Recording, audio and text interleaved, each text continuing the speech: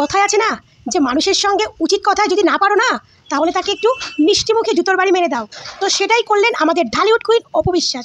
হ্যাঁ বন্ধুরা, তো তোমাদের সবাইকে স্বাগত আমার চ্যানেলে। আশা করি সবাই ভালো আছো, ভালো থেকো, সুস্থ থেকো। তো আমি তো দেখেছি গতকাল অপু বিশ্বাস একটা প্রোগ্রামে গেছিলেন। সেই প্রোগ্রামে কিন্তু সে যে ইন্টারভিউটা দিয়েছে ভাই, সেই ইন্টারভিউটাই আমার পুরো মনে গেঁথে গেছে। দারুণ লেগেছে ইন্টারভিউটা। সেখানে অপু বিশ্বাস পুরো ক্লিয়ার করে একদম মিষ্টি মুখে আমাদের পরকীয়ার বিখ্যাত রানী বুবলিকে জুতোর বাড়ি দিয়েছেন। এটা বাস্তব যে ওই মহিলার হচ্ছে দুই কান কাটা, ওই মহিলার কোনোদিনও লজ্জা শরম নাই আর কোনোদিনও হবেও না।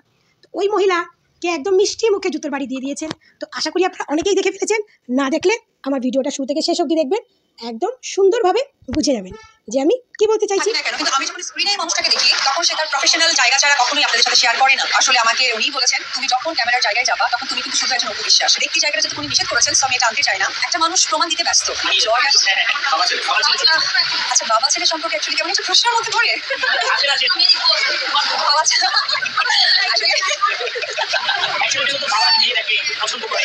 আমাকে লিটারেলি আপনি যে মানুষটির নাম বললেন উনি একজন সুনামধন্য অভিনেতা।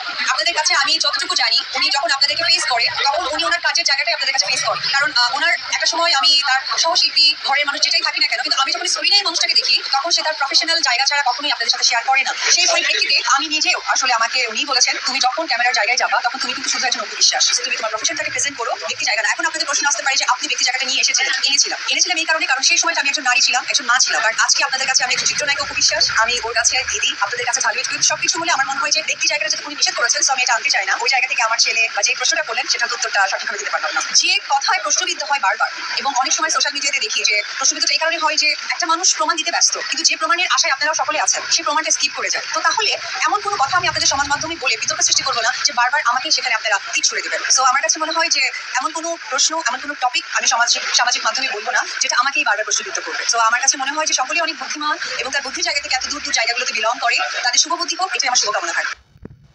একদম সুন্দর উত্তর, ঢালিউড কুইন দারুণ উত্তর দিয়েছে। সব থেকে বড় কথা কি বলুন তো, যে এই যে বুবলি ম্যাডাম যে সব জায়গায় এসে প্রমাণ দেয়, এটাই হচ্ছে প্রমাণ দিয়ে কি হবে? আমার যদি রিলেশন থাকে, ভালোবাসা থাকে, সেটা প্রমাণ দেওয়ার কি আছে? কিন্তু হ্যাঁ, যখন আসল কথা বুবলিকে জিজ্ঞেস করতে যায় আপনি সাকিবের সঙ্গে সংসার করছেন না বা সাকিবের বাড়িতে যান না, তখন কিন্তু সত্যি বলতে বুবলি ম্যাডাম কোনো উত্তর দিতে পারেন না। কিন্তু তার শাশুড়ির গল্প, শ্বশুরের গল্প, সেটা একদম গুছিয়ে মিথ্যা কথা বলতে পারেন, কিন্তু আসল জিনিসটা সে করতে পারেন না।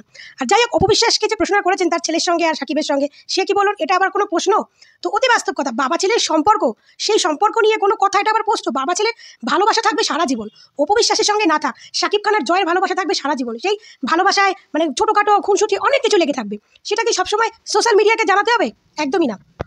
তো যেটা রিয়েল, হ্যাঁ, যদি এটা থাকে যে বড় কিছু ঘটনা, সেটা জানাতে হবে। যেমন বুবলি ম্যাডামের কাছে বিয়ের প্রমাণ চেয়েছে, বিয়ের প্রমাণ দেখাতে পারিনি। বাচ্চা সাকিব খান মেনে নিয়েছে, তাই সবাই জানে ওটা সাকিবের বাচ্চা। তারপরে উনি যেভাবে সেদিনকে মিথ্যে কথাগুলো বলে গেল, তার কোনো প্রমাণ নেই।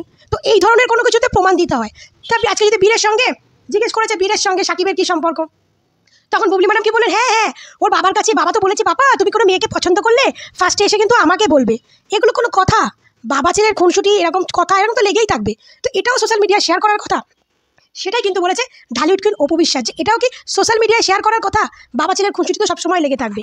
আর এই যে তার ব্যক্তি জীবন, হ্যাঁ, 17 সালে সে তার ব্যক্তি জীবনটাকে নিয়ে এসেছিল অপু বিশ্বাস, তখন বাইরে থেকে নিয়ে এসেছিল, এই পরকীয়া রানী বুবলির জন্য নিয়ে এসেছিল, এই পরকীয়া রানী অখাদ্যমার্কা মহিলা, অসভ্য মহিলাটার জন্য নিয়ে এসেছিল, যে অপু বিশ্বাসের জীবনটাকে নষ্ট করে দিয়েছে, অপু বিশ্বাসের সুখের সংসারটাকে নষ্ট করে দিয়েছে। তখন অপু বিশ্বাস তার ছেলের দিকে তাকিয়ে সে মিডিয়াতে এসেছিল যে এখন যদি সাকিব খান তাকে আর তার ছেলেকে অস্বীকার করে তাহলে তার ছেলের কী হবে?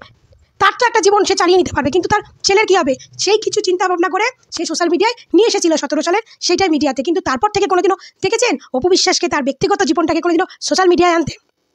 এমনকি সাকিব খান বুবলির যে ঢলাঢলির ছবিগুলো আমরা দেখলাম আমেরিকায়, তার ভিত্তিতে কি অপু বিশ্বাসকে কিছু বলতে দেখেছেন? অপু বিশ্বাসের কি কষ্ট হয়নি? প্রচুর কষ্ট হয়েছে। কারণ সাকিব খান হচ্ছে তার লিগ্যাল স্বামী ছিল, ভালোবাসার সম্পদ ছিল। আর যে পরকীয়া করে নোংরামি করে সম্পর্ক করলো, সে আজকে সাকিবের সঙ্গে জড়িয়ে ফটো তুলছে, সেইগুলো দেখে কি অপুর কষ্ট হয়নি? অনেক কষ্ট হয়েছে। আমি তো একটা মেয়ে, তো জিনিসটাকে ফিল করতে পারি, কিন্তু অপু বিশ্বাস সেটাকে বুঝতে দেয়নি। সেই জিনিসটাকে সে সোশ্যাল মিডিয়া আনেনি, তার কষ্টটাকে কিন্তু সে কাউকে বুঝতে দেয়নি। বুঝেছিস পরকীয়া রানীর? হ্যাঁ, আর তোদের পরকীয়া রানী কথায় কথায় কোনো ইন্টারভিউ পেলে হয়েছে, নিজের সিনেমার প্রমোশনেও সেখানে সাকিবের পরিবারকে নিয়ে কথা বলবে, মানে সাকিব খানকে ছাড়া তোদের পরকীয়া রানীর কোনো অস্তিত্ব নেই। সেটা এখন প্রতি পদে বোঝা যাচ্ছে, প্রতি পদে। আমাদের অপু বিশ্বাস এই দেখুন এখন সাকিবের নামটাও উচ্চারণ করে না মুখে। আপনারা যে লোক যার নামটা নিলেন, সাকিবের নামটা কিন্তু উচ্চারণ করে না, দেখবেন এখন ফলো করে দেখবেন। সাকিব খানকে নিয়ে যদি কোনো প্রশ্ন করে সাংবাদিক ভাইরা, অপবিশ্বাস কিন্তু সাকিবের নামটা নেয় না। আপনারা যে নামটা বললেন, যার নামটা নিলেন, এইরকমভাবে কিন্তু কথা বলে। তার মানে বুঝতে পারছেন অপবিশ্বাসের এখন কারো নাম প্রয়োজন হয় না। হ্যাঁ, অপবিশ্বাস এখানে আসার জন্য সাকিব খানের অনেক অনেক কৃতিত্ব আছে, অনেক অনেক, কিন্তু এখন এই পর্যায়ে এসে অপবিশ্বাসের সাকিবের নামটা ইউজ করতে হয় না। সেই জায়গাটায় অপবিশ্বাস এসেছে। কিন্তু পরকীয়া রানী একটা তার সিনেমার প্রমোশনে যাবে, সেখানেও সাকিবের পরিবার নিয়ে গল্প। সে কোনো একটা অনুষ্ঠান ফিতা কাটতে যাবে, সেখানেও তারা সাকিবকে নিয়ে কথা বলে। আরে তুই যে কাজটা করতে যাচ্ছিস, তুই সেটাকে নিয়ে আলোচনা কর, সেটাকে নিয়ে কথা বল। তা না করে তুই সেখানে বসে তোর শাশুড়ি কী করেছে, তোর শ্বশুর কী করেছে, সাকিব খান কী করেছে, সে বীরকে কী বলেছে, পুরো সোশ্যাল মিডিয়ায় ঢাকঢোল করে পিটিয়ে বেড়াস, কিন্তু তোর বিয়ের কাবিননামাটা তুই আজ অবধি দেখাতে পারিস না। তুই বিয়ে করেছিস, সাকিবের বাচ্চার মা হয়েছিস, সব ঠিক আছে, কিন্তু তোর কাছে যখন তোর ভক্তরা, বাংলাদেশের দর্শকরা যখন তোর বিয়ের কাবিননামা দেখতে চায়, সেটাই তুই দেখাতে পারিস না। সেইটা বাদ দিয়ে তুই বিশ্ব ভ্রমণ করতে পারিস, কিন্তু সেটাই তুই দেখাতে পারিস না, সেটাই তুই দেখাতে পারিস না।